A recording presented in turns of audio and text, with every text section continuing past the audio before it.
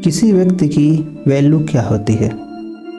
क्या सच में एक व्यक्ति की वैल्यू समाज में है?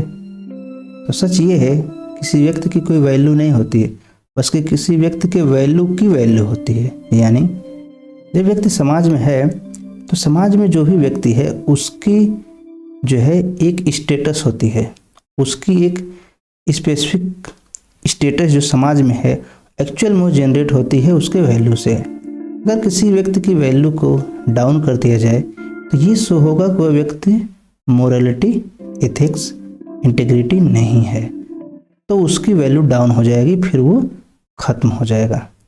तो मनुष्य जो इस संसार में आया तो उसमें बहुत ज़्यादा कॉन्फ्लिक्ट नहीं था, लेकिन समय के साथ व्यक्ति में कॉन्फ्लिक्ट बढ़ते गए। और जब हम विज्ञान वरदान या अभिशाप कहते हैं तो विज्ञान वरदान और अभिशाप बन रहा है, क्योंकि इसके अच्छे और बुरे दोनों तरीके से प्रयोग किए जाते हैं। तो जो जैसा प्रयोग करेगा उसका हमें वैसा ही रिजल्टेंट मिलेगा। अगर हम बात करें आर्टिफिशियल इंटेलिजेंस प्रेजेंट टाइम में आ गए हैं। इससे पहले हम वीडियो में डिस्कस किए थे डीप फेक्स की, जहाँ पर हमने डिस्कस किया कि किस तरीके से किसी से डिस इन्फॉर्मेशन क्रिएट किया जा सकता है, पोर्नोग्राफिक कंटेंट बनाए जा सकते हैं, जब आतंकवादी उसका गलत काम में यूज कर सकते हैं, मिस इन्फॉर्मेशन दे सकते हैं, पॉलिटिशियन कर सकते हैं, या कोई ऐसा कर सकता है। अगर हम बात करें तो जो वीडियो ऑडियो या इमेज ऑडियो कंटेंट क्रिएशन है उसके ही चरण का हम एक और स्टेप है, एक टेक्नोलॉजी है जिसे हम जनरेटिव आर्टिफिशियल इंटेलिजेंस कहते हैं। उस चीज़ को आज हम देखेंगे। अगर हम देखें जनरेटिव आर्टिफिशियल इंटेलिजेंस जो है वो काफ़ी ज़्यादा उसके अंदर पोटेंशियल है, वो बहुत ज़्यादा इफ़िशियंसी क्रिएट कर सकता है। यानी जो हमारी इंडस्ट्री है या कोई अन्य सेक्टर है वहाँ पर हम प्रोडक्टिविटी और इफ़िशियंसी बहुत ज़्यादा बढ़ा सकते हैं अगर हम जनरेटिव आर्टिफिशियल इंटेलिजेंस टेक्नोलॉजी का प्रयोग करें। लेकिन साथ ही साथ इसके एक बड़ा खतरा भी है, कोई इसका अगर प्रयोग गलत काम में करना शुरू कर दे तो सोसाइटी को बहुत ही ज़्यादा हार्म क्रिएट कर सकता है, क्योंकि इससे मिसयूज अगर किया जाए तो मिस इन्फॉर्मेशन, डिस इन्फॉर्मेशन और परपेचुएटिंग बायसेस के एक्सक्लूजन हो सकता है और डिस्क्रिमिनेशन बहुत ज़्यादा किए जा सकते हैं। तो ये इसका बहुत बड़ा खतरा होता है। तो आइए हम देखते हैं कि पोटेंशियल क्या है जनरेटिव आर्टिफिशियल इंटेलिजेंस की। उससे पहले हम देखें आर्टिफिशियल इंटेलिजेंस क्या होता है। तो आर्टिफिशियल इंटेलिजेंस की बात करें तो ये कंप्यूटर साइंस का एक ब्रांच है जो कि simulation of intelligence behaviour in computer, यानी हम कंप्यूटर के अंदर एक मनुष्य की तरह ही इंटेलिजेंस, एक ब्रेन की जो कैपेसिटी है वो जनरेट करते हैं। तो वो यहाँ पर एक आर्टिफिशियल इंटेलिजेंस की कंसेप्ट या भावना हमारे पास आती है। अगर हम देखें describe the action of machine accomplishing task that had historically required human intelligence. तो मशीनें ऐसे ऐसे काम कर रही हैं जो पहले ऐतिहासिक रूप से देखें केवल मनुष्य करते थे, आज वो कब मशीनें कर रहे हैं, जानवर नहीं कर रहे हैं पर मशीनें करना शुरू कर दी हैं। जैसे machine learning, pattern recognition, big data, neural network, self algorithm etcetera, ऐसी टेक्नोलॉजी आ गई हैं। जैसे हम देखते हैं कि फेसबुक पर जो है चेहरे का अगर किसी व्यक्ति ने कहीं पर फ़ोटो खिंचवा कर अपलोड कर दिया या कहीं बातचीत कर रहा उसकी ऑडियो आ गई तो फेसबुक को शो कर देता है कि शायद यही व्यक्ति है, उसे रिकॉग्नाइज कीजिए। वो ऑलरेडी रिकॉग्नाइज कर देता है, बस रेटिफाई करने की बात करता है। तो क्या है, वो एक्चुअल में आर्टिफिशियल इंटेलिजेंस का प्रयोग कर रहा है कि कोई व्यक्ति अपने अकाउंट में अगर फोटो अपलोड किया तो दूसरे अकाउंट पर भी साफ साफ दिखाने लगता है कि शायद यही व्यक्ति है, यानी पैटर्न रिकॉग्निशन का कंडीशन है।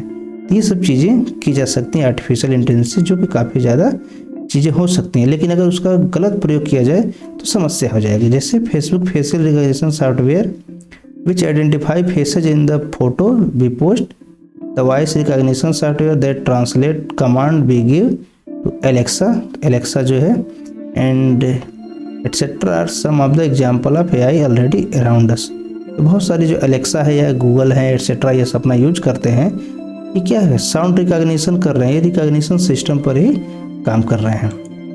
तो हम देखें ये तो आर्टिफिशियल इंटेलिजेंस था। अब इसका प्रयोग करके हम जनरेटिव आर्टिफिशियल इंटेलिजेंस की पोटेंशियल को देखें अगर क्या है। तो generative artificial intelligence is a cutting edge technological advancement that utilises machine learning and artificial intelligence to create new form of media. जैसे कि अगर हम देखें तो कटिंग एज टेक्नोलॉजी है, यहाँ पर artificial intelligence, machine learning, big data etcetera का यूज करके हम टेक्स्ट, ऑडियो, वीडियो या एनिमेशन या इमेजेस जनरेट कर सकते हैं। और उनको जब हम जनरेट कर रहे हैं तो उन्हें हम मैनिपुलेट भी कर सकते हैं, जैसा कि हम डीप फेक, पिछले वीडियो में deep fake, danger of deep fake में देखे थे कि मैनिपुलेशन करके उसके पोर्नोग्राफिक क्रिएशन किया जा सकता है, या आतंकवादी उसका कुछ ऐसा भाषा में ऑडियो जनरेट कर सकते हैं या फोटो जनरेट कर सकते हैं या वीडियो, जिससे कि उनके जो सपोर्टर हैं आतंकवादी, उनको लगेगा कि ये सच है और वो एक झूठा इंसिडेंट को सच इंसिडेंट बना करके एक हमला करवा सकते हैं। With the advent of the advanced machine learning capabilities like large language model, neural translation, information understanding and reinforcement learning, it is now possible to generate new and creative short and long form content, synthetic media, even deep fake with simple text also known as prompts। ये सब सही है, ऐसा हम कर सकते हैं। बहुत सारी चीज़ें जो हैं हम प्रयोग करें जैसे टेक्नोलॉजिकल का, तो ये सब चीज़ें संभव हैं कि हम बहुत सारे शॉर्ट टर्म और लॉन्ग टर्म में क्रिएट कर सकते हैं, डिफेक्ट्स भी कर सकते हैं। टॉप टेक्नोलॉजी की बात करें जैसे माइक्रोसॉफ्ट, गूगल, फेसबुक और अदर जो हैं कमर्शियल बॉडी हैं, ये जो सॉफ्टवेयर कंपनियां हैं, ये सब अपने लैब में रिसर्च कर रही हैं और साथ ही साथ उसका कुछ एकेडमिक पेपर को भी रिलीज करती हैं, जो बताता है कि एआई के फील्ड में काफ़ी ज़्यादा इनोवेशन हो रहा है। अगर हम देखें तो जैसे अगर रिसेंट ईयर में क्या क्या इन्वेस्टमेंट किए जा रहे हैं, इन्वेस्टमेंट कर रहे हैं लोग, तो जीएन में जनरेटिव एडवर्सेरियल नेटवर्क क्रिएट कर रहे हैं लोग, लार्ज लैंग्वेज मॉडल क्रिएट किया जा रहा है, जनरेटिव प्री ट्रेंड ट्रांसफार्मर कह रहे हैं, और इमेज जनरेशन टू एक्सपेरिमेंट, ये सब चीज़ें हो रही हैं। In some cases create commercial offering like DALL E for image generation, तो इमेज जनरेशन के लिए डेल ई प्रयोग हो रहा है या डाल ई कह सकते हैं। चैट जीपीटी जो है टेक्स्ट जनरेशन के लिए प्रयोग हो रहा है।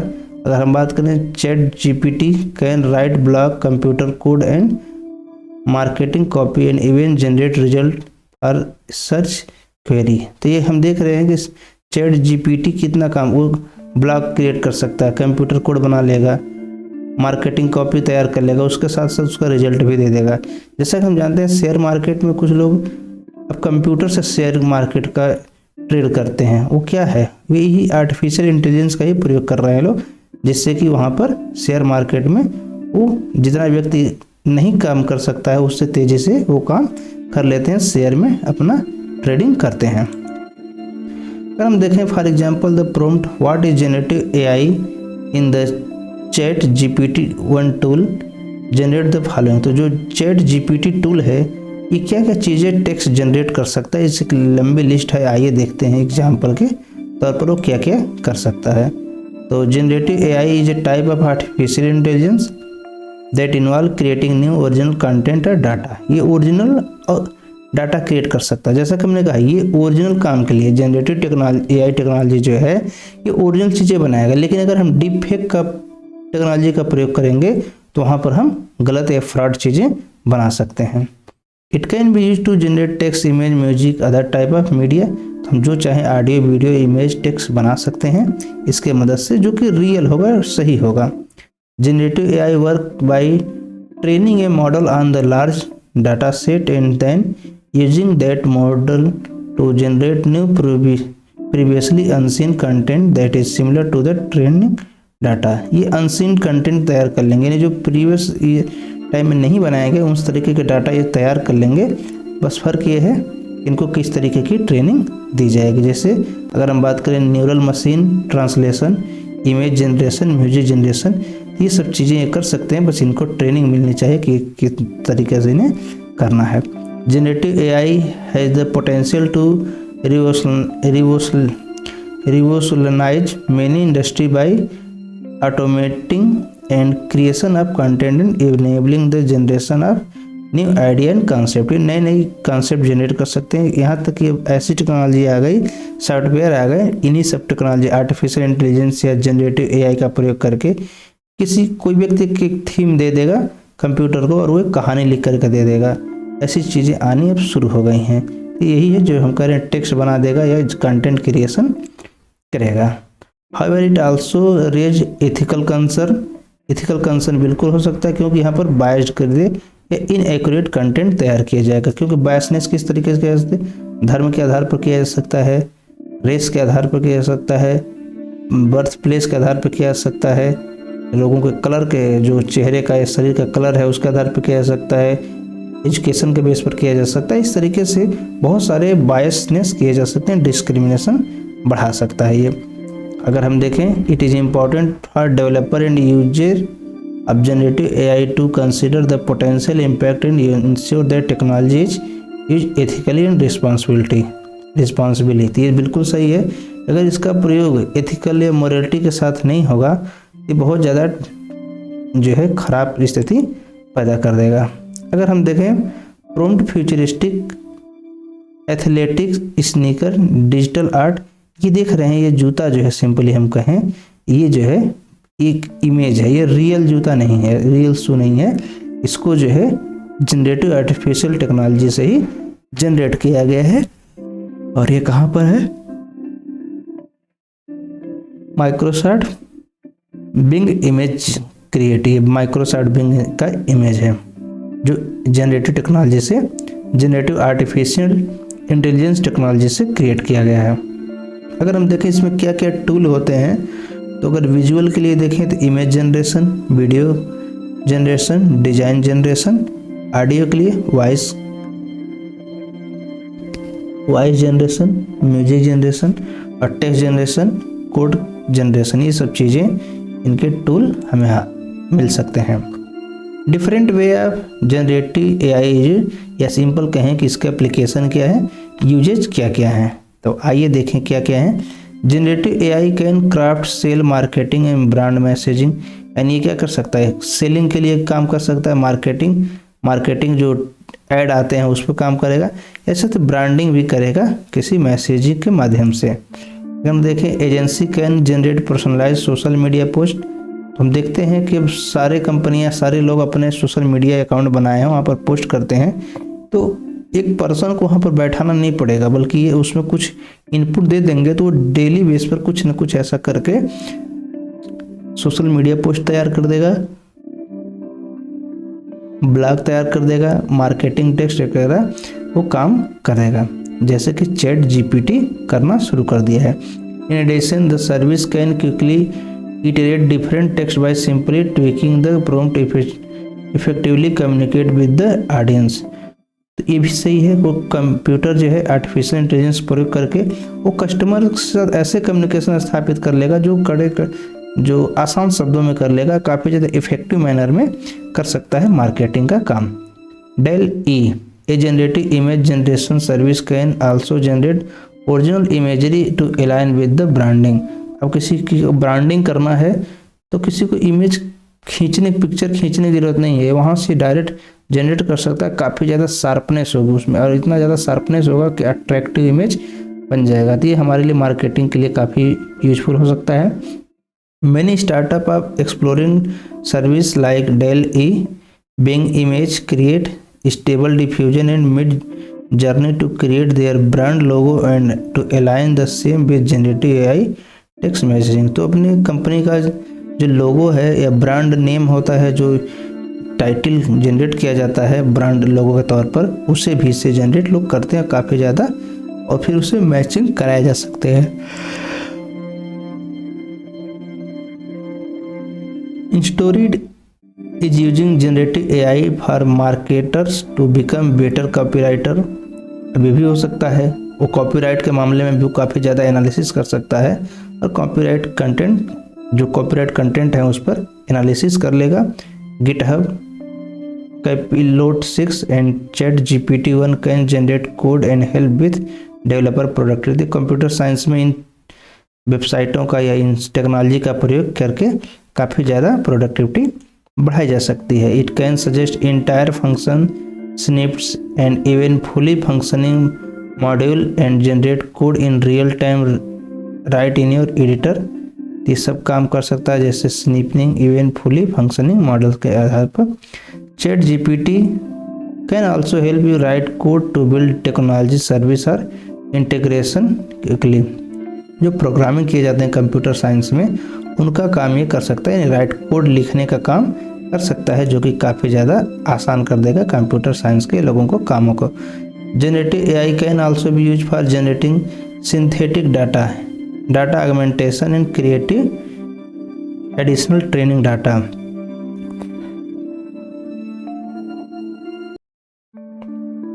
तो जनरेटिव टेक्नोलॉजी जो है काफ़ी ज़्यादा ऑगमेंटेशन, हम जानते हैं वर्चुअल ऑगमेंटेशन या रियल ऑगमेंटेशन की कुछ टेक्नोलॉजी आई जो काफ़ी ज़्यादा इम्पोर्टेंट हैं, और इसका प्रयोग जो है होता है, और साथ साथ यूपीएससी ने इस पर क्वेश्चन भी पूछ रखा है। Furthermore generative artificial intelligence can shift through numerous legal research material and produce a pertinent specific and actionable summary. तो जो रिसर्चर हैं उनके लिए एक समरी बना सकता है काफ़ी आसानी से। As a result it can reduce the countless hour of human research and enable them to focus on more complex and exciting problem. बहुत सारे जो एनालिसिस वाले काम है वो इसको कर सकता है, जिससे ह्यूमन एफर्ट बचेगा। ये बिल्कुल सही है। इसी अगर ये हम सही कहें, जो पॉजिटिव सेंस में यूज करना हो तो ये टेक्नोलॉजी काफ़ी अच्छी है, नेगेटिव सेंस में यूज करना हो तो टेक्नोलॉजी काफ़ी खतरनाक साबित हो जाएगी। In addition ChatGPT can assist in providing answer to complex query and argument search algorithm to generate responses to the complex search query. तो जो हम इसका सर्च इंजन में प्रयोग कर सकते हैं, वहाँ पर कॉम्प्लेक्स चीज़ों को जल्दी से ही एल्गोरिथम जनरेट कर लेगा और वहाँ से हमें क्वेरी देगा। Generative AI can accelerate the discovery of new research, drafting, synthesizing का डॉक्यूमेंट एंड रिपोर्ट। ये बिल्कुल सही है, रिसर्च में मामले में एक्सेलरेशन ला सकता है।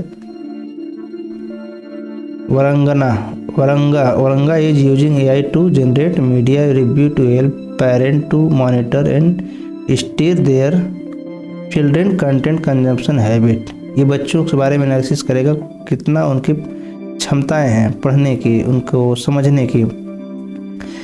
Generative AI can also help create and stimulate complex engineering design and architecture.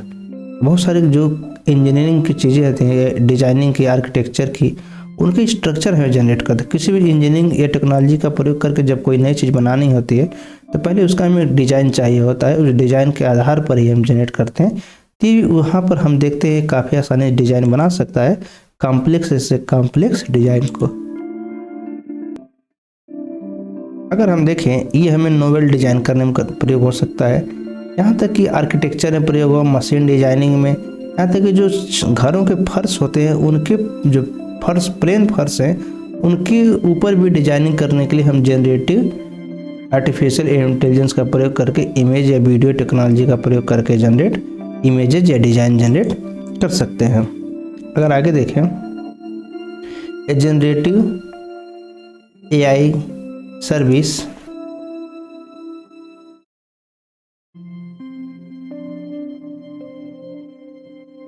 A generative AI service, for instance, can let engineers and consumer design and iterate over floor plan and architecture। जैसा कि हमने कहा कि ये floor के design कर सकता है, जो घरों के या छतों के दीवारों पर डिज़ाइन क्रिएट कर सकता है। हेल्थ प्रोफेशनल को मेडिकल डायग्नोसिस में हेल्प करेगा।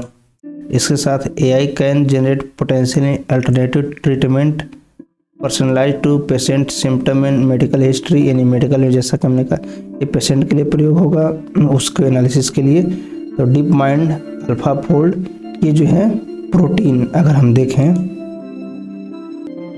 जो बॉडी में प्रोटीन होता है उनके शेप के बारे में भी ये जानकारी दे सकता है, प्रेडिक्शन कर सकता है। यानी हम देखें इंटीरियरली ये हेल्पफुल है। अब हर टेक्नोलॉजी के साथ एक समस्या होती है कि उसके अच्छे प्रयोग तो होते हैं, लेकिन उसका लोग मिसयूज ज़्यादा करने लगते हैं। अगर किसी क्रिमिनल के हाथ में पड़ गया तो उसका और ज़्यादा मिसयूज होता है। अब इससे कुछ कंसर्न है रिलेटेड, आइए देखें इससे रिलेटेड क्या क्या कंसर्न है। Overall generative AI has the potential to enable efficiency and productivity across multiple industry and application at scale. ये सही है, हम इफिशियंसी बढ़ाना चाहते हैं, प्रोडक्टिविटी बढ़ाना चाहते हैं, but if not designed and developed responsibly With appropriate safeguard, generative AI can create harm and adversely impact society through misuse, perpetuating bias, exclusion, discrimination. इससे ही अगर ये किसी अच्छे व्यक्ति के हाथ में पड़ गया, एक ऐसा इंजीनियर है जो इसका देश और समाज के विकास के लिए प्रयोग करना चाहता, तो बहुत तेज़ी से समाज का विकास करेगा। लेकिन अगर किसी क्रिमिनल के हाथ में पड़ गया, आतंकवादी के हाथ में पड़ गया, तो उसी समाज के डिस्ट्रक्शन को करने में इसी टेक्नोलॉजी का प्रयोग कर लेगा। Therefore, we must add rigor and responsibility to developing AI technology, enforce ethical guidelines, conduct regular audit for fairness, identify and address bias and protect privacy and security। तो सही है, अगर हमें इस टेक्नोलॉजी का यूज करना है या किसी भी टेक्नोलॉजी का यूज करना है, क्योंकि आजकल वल्नरेबिलिटी ज़्यादा बढ़ती जा रही है, तो कभी भी जब वहाँ पर एथिकल गाइडलाइंस होंगे, वहाँ पर मोरालिटी की बातें होंगी, इथिकल और मोरालिटी की बात, वहाँ पर इंटीग्रिटी की जब चीज़ें रखी जाएंगी तभी वहाँ पर बचा जा सकता है। इसलिए और प्राइवेसी व्यक्ति की बचाना, सिक्योरिटी करना काफ़ी ज़्यादा आवश्यक है। इसके अलावा देखिए, हम कुछ कंसर्न है कि जो बायसनेस और एक्सक्लूजन, यहाँ पर लोग एक दूसरे के साथ बायसनेस कर सकते हैं, भेदभाव की भावना सामने आ सकती है। और साथ ही साथ देखें, अगर कोई ऐसा चीज़ मिल गया तो उसको काफ़ी परपिचुएट कर सकता है ये टेक्नोलॉजी। जैसे अगर कोई नेगेटिव न्यूज है, कोई नेगेटिव ऑडियो है, वीडियो है, इमेज है, टेक्स्ट है, तो इसका प्रयोग करके उसको काफ़ी ज़्यादा एम्पलीफाई कर दिया जाएगा काफ़ी ब्रॉड स्केल पर। If the model are trained unbiased non inclusive data, they will generate biased output. अब चूँकि हम जानते हैं आर्टिफिशियल इंटेलिजेंस में उस मशीन को ट्रेनिंग देनी पड़ती है, अगर उसको हम ठीक से ट्रेनिंग न करें तो समस्या कर देगा। जैसे यूरोप में ऐसा होता है कि या अमेरिका में, वहाँ पर जब कोई टेस्टिंग होती है तो वहाँ पर हर काम गोरे व्यक्ति के हिसाब से होता है। तो जो अफ्रीकन हैं या रेड इंडियन, जो ओरिजिनल अमेरिकन हैं, उन सबको ये क्रिमिनल दिखा देते हैं, और यानी उनके साथ भेदभाव साफ साफ होता है। या उनको दिखाएंगे कि ये सब इंटेलिजेंस नहीं है, ताकतवर नहीं है, या इनके अंदर कोई बुद्धि नहीं है, इस तरीके की चीज़ें दिखा दी जाती हैं। ये बड़ा ही नेगेटिव, यानी इससे डिपेंड करेगा कि हम उस मशीन को ट्रेनिंग कैसे दे रहे हैं। फॉर एग्जाम्पल अगर बात करें, initially generative imagery would show only image of white man for prompt CEO। तो सही, अगर हम किसी कंपनी का CEO बनाना है और उसमें हम जितने हमको शॉर्ट लिस्टेड पर्सन को शॉर्ट लिस्ट किया, अगर सबके इमेज को ही हम डाल दें एक मशीन में AI का प्रयोग करने के लिए, कौन व्यक्ति CEO बन सकता है, क्वालिफिकेशन वगैरह सब डाल दें, तो वहाँ पर ये उस व्यक्ति को प्रमोट करेगा जो गोरा होगा। यानी काले व्यक्ति के इंटेलिजेंस को नहीं देखेगा, बल्कि उसके गोरेपन और कालेपन को देख करके ये आगे मैसेज देगा।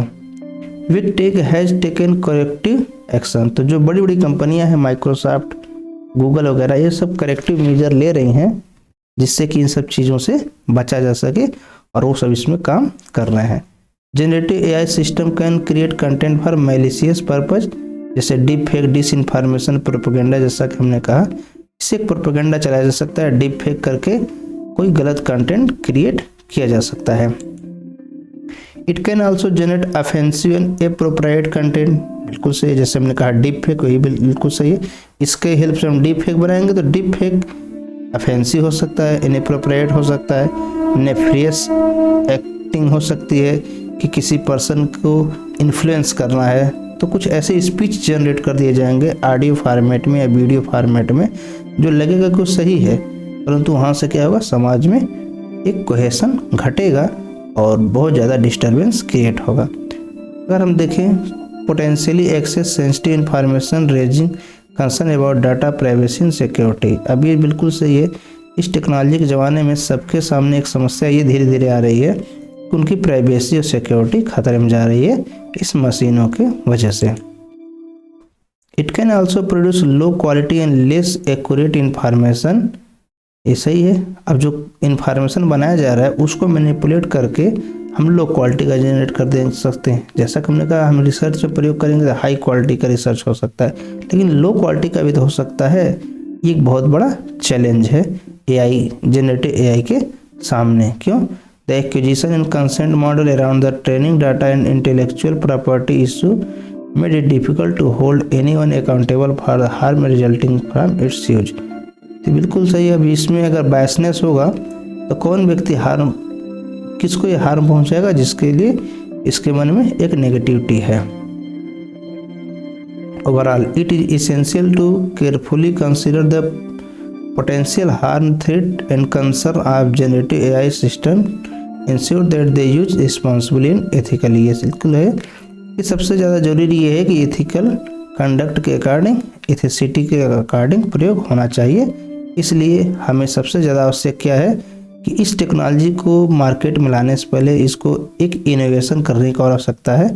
साथ ही साथ हमें इसकी पॉलिसी को रेगुलेट करने की आवश्यकता है, लोगों को अवेयर करने की आवश्यकता है, और सभी गार्जियन को, स्टूडेंट को, टीचर को एक एजुकेशन इसके बारे में देने की जरूरी है कि वो एथिकली और रिस्पॉन्सिबली बिहेव कर सकें। The government must use affirmative action to make sure that women and minority group are fairly represent on AI design term. ये भी है कि वो काले गोरों का लिंग या जेंडर के आधार पर भेदभाव कर सकता है। ये मशीन ऐसा करता भी है अमेरिका में, इसलिए इस चीज़ों से बचने के लिए इस टेक्नोलॉजी का सुधार होना चाहिए। तो आइए, ये वीडियो यहीं पर कंप्लीट होता है potential of generative AI technology का। हम देखें तो यूपीएससी का जो जीएस थर्ड पेपर है मेंस का, उसमें computer science related question syllabus में रखे गए हैं। तो यूपीएससी ने क्वेश्चन हर साल पूछती है। 2022 में उन्होंने क्या पूछा, what are the different element of cyber security, keeping in view the challenge in cyber security, examine the extent to which India has successfully develop a comprehensive national cyber security strategy. ये तो question है। अगर हम देखें तो deep fake technology काफ़ी ज़्यादा use में है। ये डीप फेक, आर्टिफिशियल इंटेलिजेंस, जो जनरेटिव आर्टिफिशियल इंटेलिजेंस, ये सब न्यूज में है। इनको भी यूपीएससी पूछ सकता है। तो वीडियो देखने के लिए थैंक यू। अगर वीडियो अच्छा लगा हो तो लाइक करें, चैनल पर नए हैं तो सब्सक्राइब जरूर करें। Thank you.